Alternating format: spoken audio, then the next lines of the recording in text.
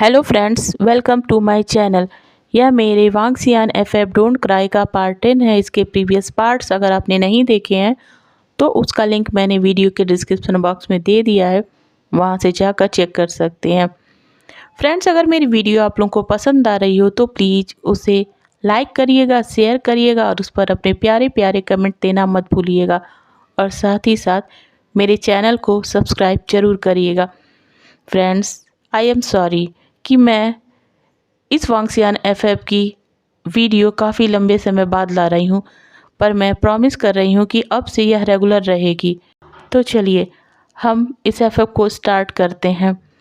Previous part में आपने देखा था कि जंगसा की मदद से वांग जी विंग से फिर से फ्रेंडशिप कर लेता है।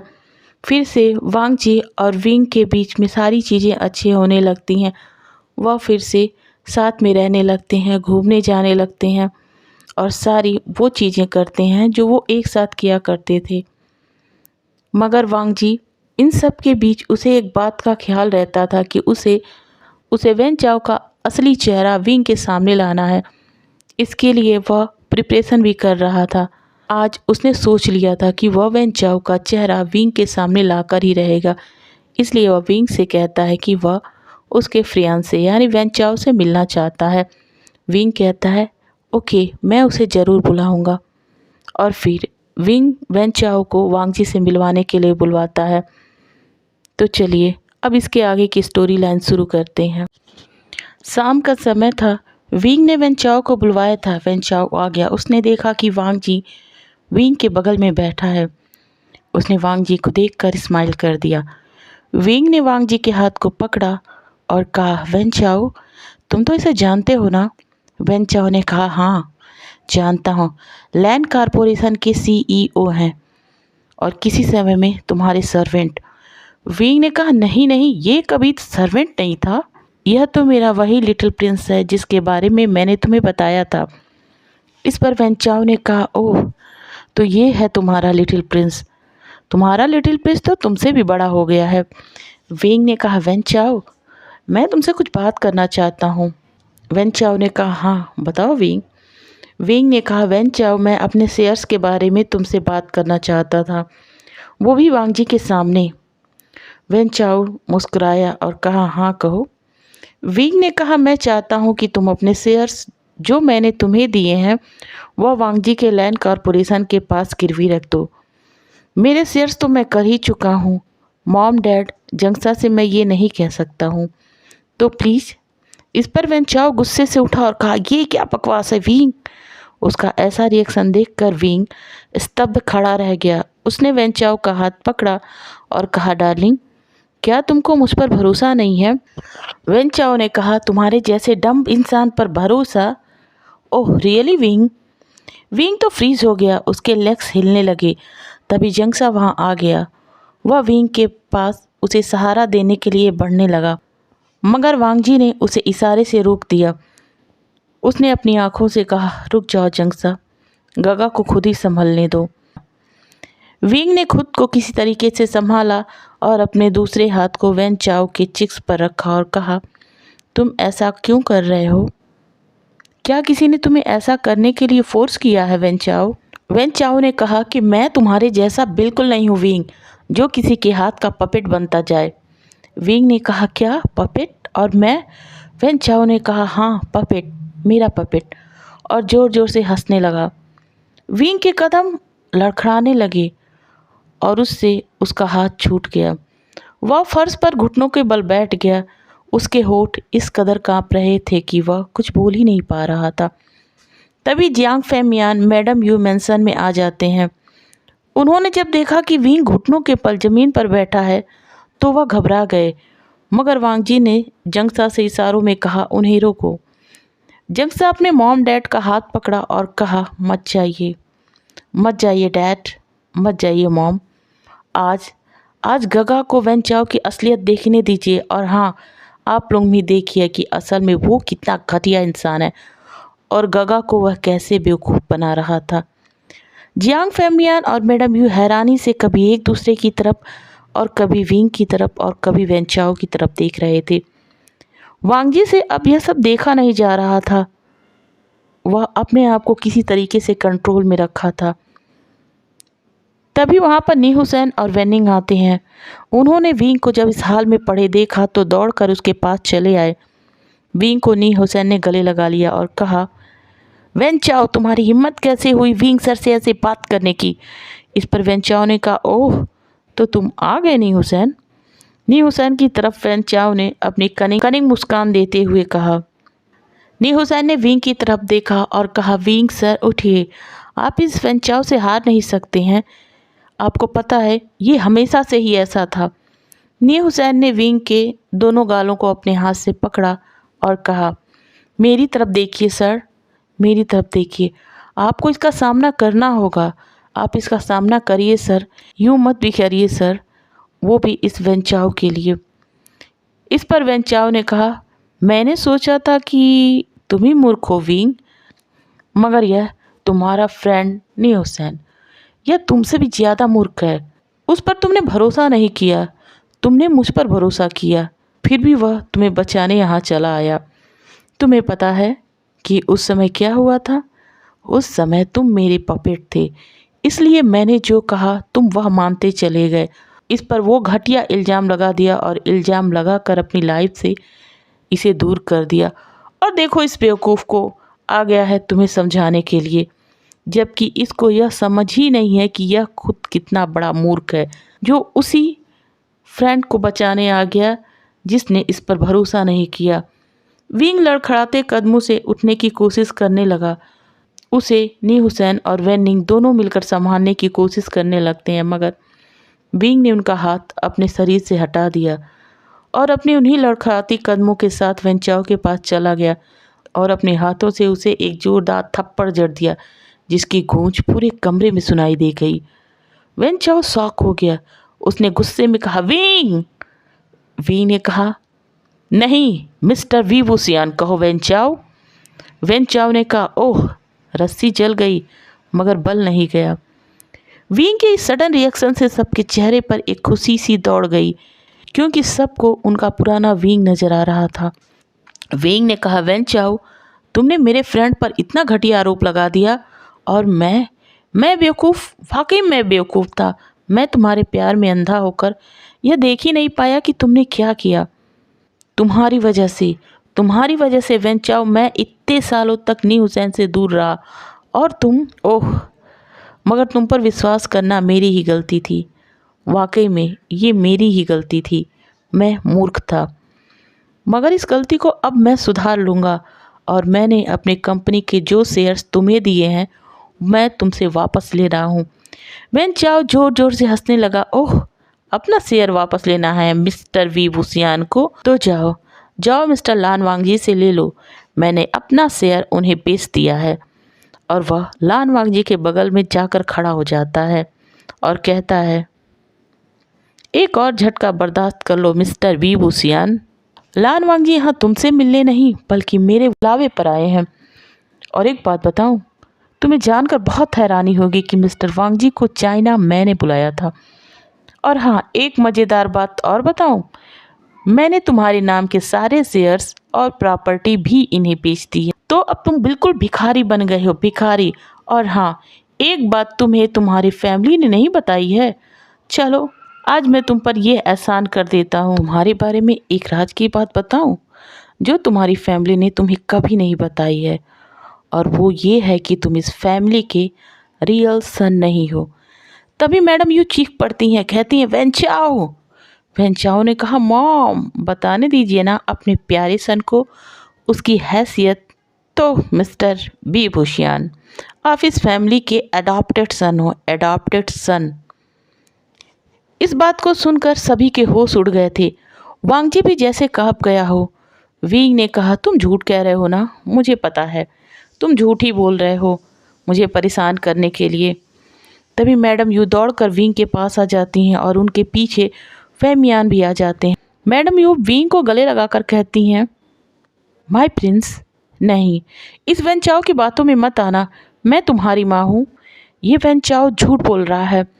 वेन चाओ ने कहा, डम्ब वी वुसियान, तुम इन पर भी भरोसा मत कर लेना, और हंसने लगा। विंग ने मैडम यू से कहा, मॉम प्लीज़ आपको आज सच बताना होगा। मैडम यू ने कहा, मगर इससे क्या फ़र्क पड़ता है विंग, मैं जंक्सा से ज़्यादा तुमसे प्यार करती हूँ। यह सुनकर विंग ने अपने कदम पीछे ले लिए। उसने कहा, यह सच नहीं हो सकता मॉम, यह सच नहीं हो सकता। मैं एडॉप्टेड सन नहीं हूँ, मैं आपका रियल सन हूँ मॉम, मैं रियल सन हूँ, मैं रियल जियांगसू। उसे पैनिक अटैक आने लगा। वह ठीक उसी तरीके से फ्लोर पर गिर जाता है जिस तरीके से वांगजी जब उसे छोड़कर चला गया था तब गिर पड़ा था। वांगजी दौड़ कर आता है।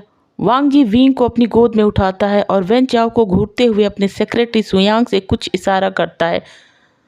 सुयांग समझ जाता है, मगर उनकी इस कन्वर्सेशन और वांगजी की गोद में विंग को इस तरीके से देखकर वेन चाओ बहुत चक्का रह गया था। उसे कुछ भी समझ में नहीं आ रहा था। उसने वांगजी से जैसे ही कुछ कहने के लिए अपना मुंह खोला, सुयांग के बॉडीगार्ड ने उसका मुंह बंद कर उसके हाथ पैर बांध कर उसे नीचे बैठा देते हैं। वांगजी विंग को कमरे में लाता है और उसे बेड पर लिटा देता है। नी हुसैन विंग को चेक करता है। वह उसी डॉक्टर को कॉल करके बुलाता है जो विंग का इलाज कर रहा था। डॉक्टर आते हैं। विंग को मेडिसिन खिलाई जाती है, उसे इंजेक्शन दिया जाता है। डॉक्टर कहते हैं कि मिस्टर वी वोसियान अब 6 घंटे के बाद ही होश में आएंगे। इन्हें अकेला ना छोड़ा जाए, नहीं तो पैनिक अटैक फिर आ सकता है। यह कहने के बाद डॉक्टर ने हुसैन को मेडिसिन प्रिस्क्रिप्शन समझाता है और चला जाता है। उधर वेन चाओ को वांगजी के गार्ड्स ने बांध कर रखा था। डॉक्टर के जाने के बाद से सभी विंग के कमरे से बाहर आ जाते हैं, मगर मैडम यू नहीं आती हैं। मैडम यू कहती हैं, तुम मेरे ही बेटे हो विंग, तुम मेरे ही बेटे हो। इस पर फेमियांग कहते हैं, वो नहीं सुन रहा है, जब वो जग जाएगा तो हम उससे बातें कर लेंगे। और वह मैडम यू को लेकर हॉल में आ गए थे। उसी हॉल में वांगजी, वेन चाओ, जंगसा, वेनिंग थे। तभी वहाँ नी हुसैन भी आ जाता है। जंगसा दौड़कर अपनी मम्मा के पास जाता है और उन्हें सहारा देकर सोफे पर लाकर बैठा देता है। फेमियान भी वहीं बैठ जाते हैं और डिस्कस्टिंग नज़रों से वेन चाओ की तरफ देखने लगते हैं। वांगजी उठता है और वेन चाओ को उठाता है। वेन चाओ ने कहा, वांगजी हम फ्रेंड्स थे ना, तुम मेरी वजह से चाइना आए हो और अब तुम उस विंग की वजह से मुझसे इस तरीके से बिहेव कर रहे हो, ये तुम्हें क्या हो गया है। वांगजी कहता है, तुम अपनी कान खोलकर सुन लो, मैं बस अपने विंग गगा के लिए यहाँ आया। तुम्हें तो मैं बर्बाद करने के लिए आया था, तुम्हें तुम्हारे कर्मों की सज़ा देने के लिए, जो तुम्हारी बर्बादी से बढ़कर क्या हो सकती है। तभी वेनिंग वहाँ आ गया और कहने लगा, वेन चाओ तुम्हें क्या लगता है, तुम ही सबको चीट कर सकते हो। तुम्हें पता है जिस तरीके से तुमने मुझे चीट कर विंग सर के सामने यह साबित कर दिया था कि मैं उनकी प्रॉपर्टी को अपना बनाने वाला हूँ, उसी तरह वांगजी ने भी तुम्हारे नाम पर जो प्रॉपर्टी ली थी वह सभी अपने नाम करा ली है। और तुम्हें लगा कि तुम विंग सर को बेवकूफ़ बना रहे हो, मगर असल में तुम खुद ही बहुत बड़े मूर्ख हो।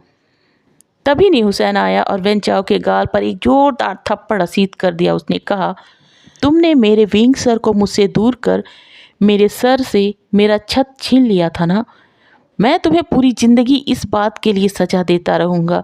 क्या कहा था तुमने, पपेट। विंग सर तुम्हारे पपेट थे, मगर मैं मेक श्योर करूँगी कि तुम्हारी लाइफ स्ट्रीट डॉग से भी बदतर हो। इसके बाद जंगसा आता है और कहता है, वेन चाओ तुम्हारी वजह से मैं अपने गगा से दूर होने लगा था। तुमने हमारे बीच में न जाने कितनी बार दूतियाँ पैदा करने की कोशिश की थी, मगर गगा ने तुम्हारी नहीं चलने दी। और हाँ, आज मेरे दिल से बहुत बड़ा बोझ उतर गया है। आज तो मेरे मन में इतना सुकून है, तुम्हें पता ही नहीं होगा। समझ लो, मेरे मन में उतना ही सुकून होगा जितनी तुम्हें इस वक्त अपने फ्यूचर को लेकर बेचैनी हो रही है। इसी बीच मैडम यू दौड़ कर आती हैं और वेन चाओ का कॉलर पकड़ लेती हैं और कहती हैं, मेरी फैमिली ने तुम पर कितना भरोसा किया था, और विंग की तो तुम पूरी लाइफ थे ना, मगर इतना लालच कि उस फूल से भी कोमल वाले विंग को तुमने हर्ट कर दिया। सुनो, विंग मेरा बेटा है, बस मेरा बेटा। तभी फेमियान उठते हैं और मैडम यू को उसके पास से पकड़ कर लाते हैं और वांग जी की तरफ देखकर कहते हैं, वांग जी। फेमियान की इतनी रफ मगर ठंडी आवाज़ सुनकर वांग जी उनकी तरफ देखने लगता है। फेमियान कहते हैं, वांग जी इसका क्या करना है? जो करना है जल्दी करो, नहीं तो मैं इसे अभी के अभी यहीं पर शूट कर दूंगा।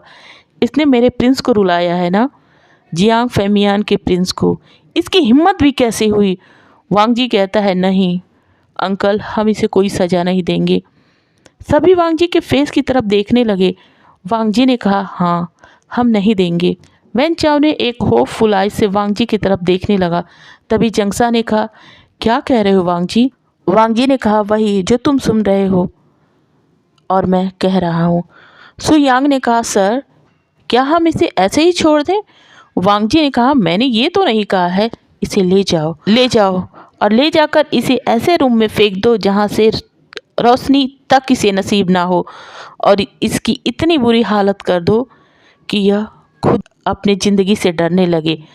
बस इसकी हालत उतनी ही ख़राब करना कि यह मरे ना, और तब तक ना मरे जब तक विंग गगा खुद इसे सज़ा देने के लायक ना हो जाए। तो ले जाओ इसे मेरी आंखों के सामने से, इसे ले जाओ मेरी आंखों के सामने से, नहीं तो मैं खुद पर से अपना कंट्रोल खो दूंगा। फिर इसका क्या होगा मैं भी नहीं जानता, इसलिए लेकर जाओ यहाँ से अभी के अभी। अब जियांग मेंशन में सभी लोग एक जगह बैठ गए थे। वांग जी और सभी विंग के उठने का वेट करने लगते हैं। पूरी रात सभी जग रहे थे। रात काटनी उन्हें भारी पड़ रही थी। मॉर्निंग में 10 बजे विंग की आँख खुलती है। विंग उठता है। जैसे ही वह उठता है वह देखता है कि वांग जी उसके बगल में ही बैठकर सो रहा है। उसने धीरे से कहा, गुड मॉर्निंग माय प्रिंस, और फिर वह वॉशरूम में चला गया। वॉशरूम से आकर बहुत ही अच्छी तरीके से खुद को ऑफिस जाने के लिए रेडी करता है। उसके बाद वह वांग जी के सर पर अपना हाथ फिराता है। तभी वांग जी की नींद खुल जाती है और वह हड़बड़ा कर कहता है, गगा गगा। विंग एक प्यारी सी स्माइल देकर कहता है, लिटिल प्रिंस तुम अभी तक सो रहे हो, मगर तुम्हारी आंखें कह रही हैं कि तुम रात भर जाग कर मेरे लिए वेट कर रहे थे। तो चलो अब मैं जग गया और अब तुम भी फ्रेश होकर नीचे आ जाओ। ब्रेकफास्ट नहीं करना है क्या? इसके बाद विंग नीचे चला आता है। वह देखता है कि हॉल ही में वैन निंग, नी हुसैन, जंगसा सभी थे। सब के सब विंग की तरफ देखते हैं। विंग उन्हें देखकर एक प्यारी सी स्माइल देता है और कहता है, क्या जियांग मेंशन अभी भी नींद में है? मैं तो जग गया हूँ और अब आप लोग भी जग जाइए, फ्रेश हो जाइए। मैं अपना ब्रेकफास्ट करके ऑफिस जा रहा हूँ। मैं आप लोगों का वेट नहीं कर सकता क्योंकि मुझे बहुत कुछ करना है, और आप लोग भी सब भूलकर अपने काम में लग जाइए। यह कहकर विंग अपना ब्रेकफास्ट मंगवाता है और उसे करने में लग जाता है। उसके बाद वह ऑफिस चला जाता है। सब विंग की हरकतें देखकर आश्चर्य में थे कि इतना कुछ कल होने के बाद विंग इतना नॉर्मल कैसे है। मगर सब खुश हो गए थे यह सोचकर कि चलो विंग ने मूव ऑन करने की सोची है। वांग जी जो ये सारी बातें नोटिस कर रहा था, उसे अंदर से बेचैनी सी होने लगी थी। उसने सुयांग से कुछ कहा और फिर ब्रेकफास्ट करने के लिए सबके पास आकर बैठ गया। मैडम यू, फेमियान, जियांग चैंग, विंग, वेनिंग, ने हुसैन सबकी आंखें सूजी हुई थीं। डार्क सर्कल सबकी आंखों के नीचे थे, मगर वांग जी उनमें से थोड़ा बेहतर था क्योंकि उसने अपनी लाइफ में बहुत सारी प्रॉब्लम को फेस किया था। वह प्रॉब्लम्स को फेस करना अच्छे से जानता था। सभी ब्रेकफास्ट करने बैठ गए थे। कल की इंसिडेंट से सभी दुखी थे, मगर उन्हें इस बात की खुशी हो रही थी कि लास्ट में सब ठीक हो गया और विंग अपनी लाइफ में वापस आ गया। मगर वांग जी का ये दिल मानो मानने को तैयार ही नहीं था कि उसके गगा ठीक है। उसने अपने मन में कहा, गगा आप ठीक नहीं हैं, मैं जानता हूँ, मगर आपको फिर से पहले जैसा ही होना होगा। इसके लिए मैं कुछ भी करूँगा गगा, मैं कुछ भी करूँगा। ओके फ्रेंड्स, अब मैं अपनी ये वीडियो यहीं पे एंड करती हूँ।